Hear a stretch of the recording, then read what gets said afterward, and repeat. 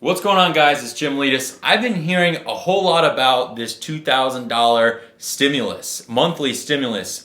They're calling it the Emergency Money for the People Act, right? So this new stimulus is a huge deal, guys. I mean, we really got to talk about this. That's a lot of money, $2,000 a month. So in this video, guys, today, we're gonna be going over what you have to do to be eligible to get this $2,000 a month. I'm gonna share with you everything you need to know about it. We're gonna talk about all the details. I'm gonna give you my personal thoughts, and I'm gonna tell you if this is actually gonna be reality and if this bill is gonna go through. Guys, real quick, hit the like button on this video. When you do that, it helps the algorithm push this video to other people so they can see it. So the more likes this video gets, it'll help my video grow, but it'll also help other people see this video and learn about all this information that we're gonna cover. Thanks. 22 million people filed for unemployment. Those are new filers. 22 million people on unemployment right now. On top of that, the SBA has officially run out of money for the PPP, the Paycheck Protection Program. That's gone. $350 billion gone. It seems as the money just disappeared just as fast as, they brought it up. To be fair though, we were kind of expecting this, obviously. $350 billion is a lot of money, but it doesn't really go that far in terms of, what this is being used for. This is the entire country we're talking about. $350 billion gone. There is talk about they're trying to get another $250 billion pumped into this program. I think that's great. I don't think it's enough money. There never is going to be enough money. That's the reality of it, but that's not the point. It's just to help you, right? Keep your business afloat. Keep your employees employed on the payroll. So, I don't know, 250 billion, 350 billion. What's that?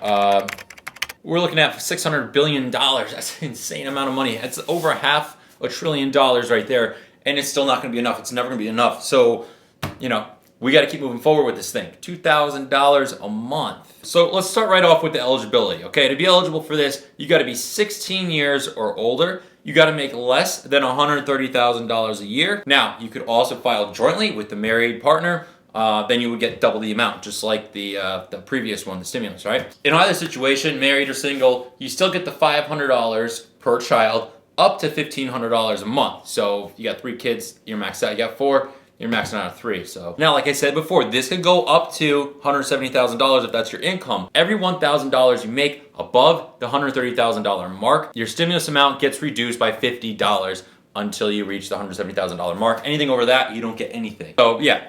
Or if you file jointly, if you make $340,000 or more, you're not getting anything. Sorry. Also, this is not counted as income, so that means it's tax-free. That's awesome. Another cool thing is it does apply to college students, which I think is fantastic, and it also applies to adults with disabilities that are claimed as a dependent from someone else. Now, what I found interesting was some non-residents of the United States can also apply for this. They might be eligible in some sort of way. And on top of that, payments can be made through online applications like Venmo, Zelle, stuff like that. So if this bill does go through, it will be scheduled for a 6-month period.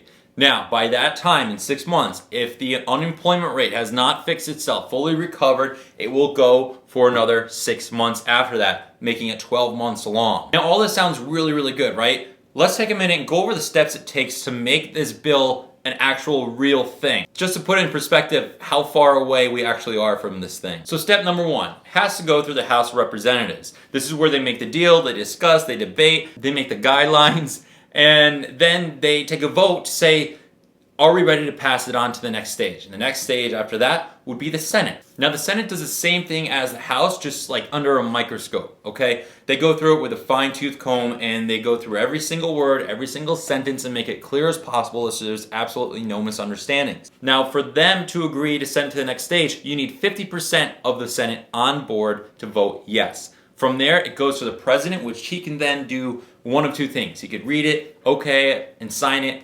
Done. It's into play. Or he says, no, I don't like this, and then he could veto the bill. It then goes back to the Senate. Senate will review it again, and if they get 2/3 of the people on board, they can override the president and put it into play. So that's how that works. So where we stand with this thing right now is it's more of just like an idea of a concept. It's an idea that was proposed, but it still has to get reviewed, revised, voted on twice before it goes to the president for him to pass and make it a real thing. The next very important thing to look at is what is this going to cost? $2,000 a month for 12 months, that's a lot of money. Well, out of the 328 million people in the United States, about 90% of them make under $130,000, all right? So you take the 328, you minus everybody who's 15 years and younger, and then you also subtract the top 10% who make above $130,000, and then we come up with our number, which is 235 million people are recipients of this. So if you take your 235 million people, times that by $2,000 a month, you end up with a whopping $470 billion per month. That's insane, okay? And look, we're not even talking about all the non-citizens that may qualify for this as well. So that's even more people, which God only knows why they would get money. I don't understand that. Now, if this bill goes into effect, if this actually happens for 6 months, that means it'll cost $2.8 trillion just for 6 months, which $2.8 trillion is more than the CARES Act was, right? That was 2.2 trillion, I think it was. $2.8 trillion for 6 months. If we go for the full year, we're looking at $5.6 trillion. Honestly, the way the bill sits right now, there is absolutely no way that it will be being passed the way it is. This proposal is so far from finalized. All the information that you're hearing right now is going to be completely different when it actually goes through and passes. Here are my reasons why. Number one, it's an absorbent amount of money. Simply put, that's a lot of money, okay? Number two, there are just too many loose ends, right? I mean, think about it. Anybody over the age of 16 making any kind of money can qualify for $2,000 a month. Isn't that a little strange? What if you're only making $500 a month or $1,000 a month?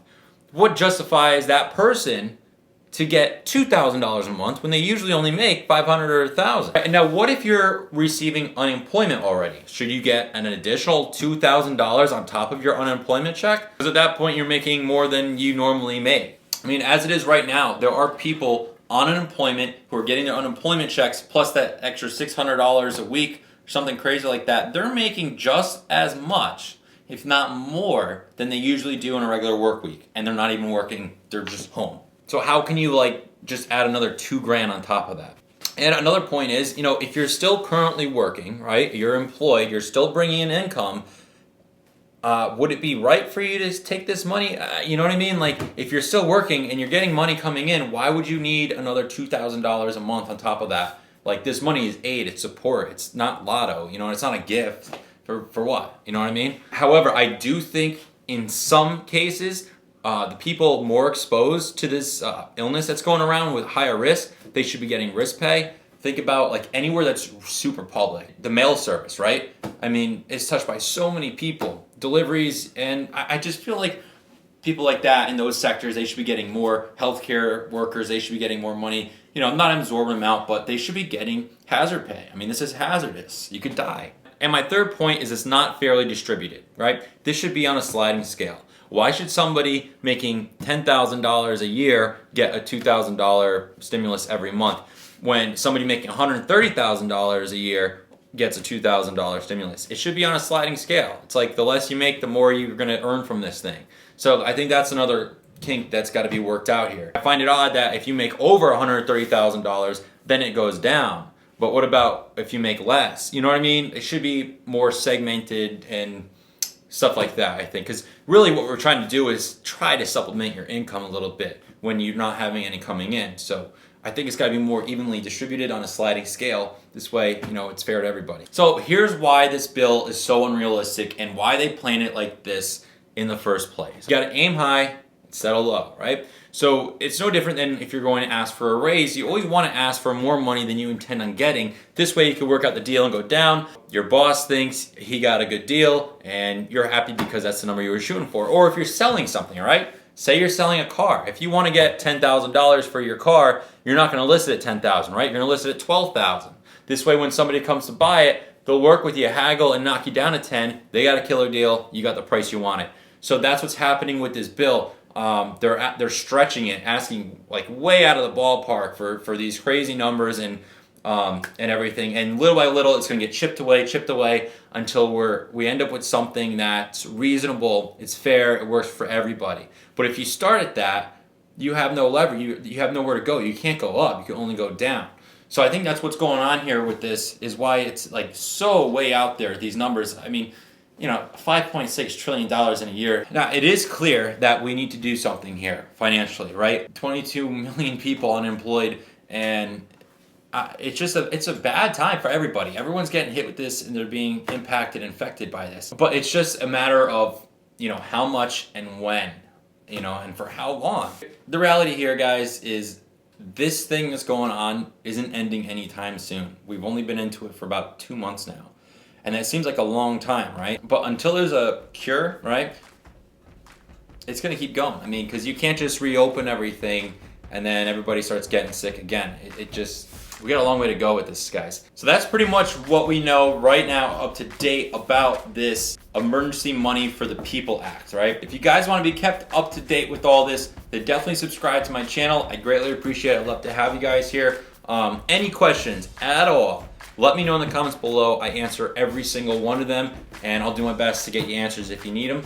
But anyway, stay tuned for more videos and updates on this. Don't forget to hit the like button for the algorithm. I greatly appreciate it. And once again, thank you for watching. I'm Jim. I'll see you in the next one.